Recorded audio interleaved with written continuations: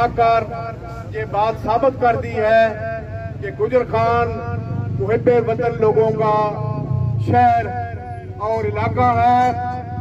और यहाँ निशान हैदर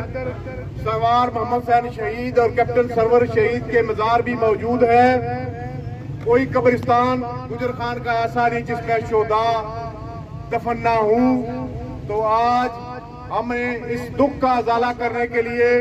और इदारों को अपनी तरफ से ये पैगाम देने के लिए कि जिन लोगों ने भी ये 9 मई का वाकया किया है उन्होंने रियासत के इदारों को और बिलखुसूस पाकिस्तान फौज के इदारों को, ISI के इदारों को,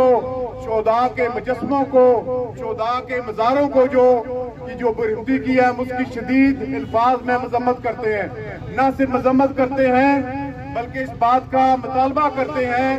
कि कारपरदाज लोग, हुकूमत वक्त और अदारे उन लोगों को काफिर कुर्दार तक पहुंचाएं जिन्होंने ये घिनौना अमल किया है, जिन्होंने जिना हाउस को जलाया है, जिन्होंने पाकिस्तान के हथियारों को जलाया है, जिन्होंने रेडियो पाकिस्तान को जलाया है। और पिछले 3 साल से, बिलखुसूस 1.5 साल से एक जमात ने जो प्रोपेगेंडा करके जो नौजवानों के जहनों को प्रोपेगेंडा किया है, मैं समझता हूँ कि अब वक्त आ गया है कि पूरी कौम शीशा पिलाई हुई दीवार की तरह इकट्ठी होकर इन हुकूमतों का मुकाबला करेंगे और उन्हें ये बता देंगे कि पाकिस्तान की फौज के साथ पाकिस्तान के अवाम, बिलखुसूस पाकिस्तान के अवाम और गुजर खान के अवाम पाक फौज के साथ खड़े हैं, शाना बिशाना खड़े हैं। और इंशाअल्लाह ताला जब भी कभी इस मुश्किल वक्त आया इस मुल्क पे, अदारों पे, तो पाकिस्तान के अवाम अपनी जान का नजराना, अपनी जान भी कुर्बान करने के लिए तैयार है। मैं आखिर में एक दफा फिर तमाम शुरका का, ख्वातीन का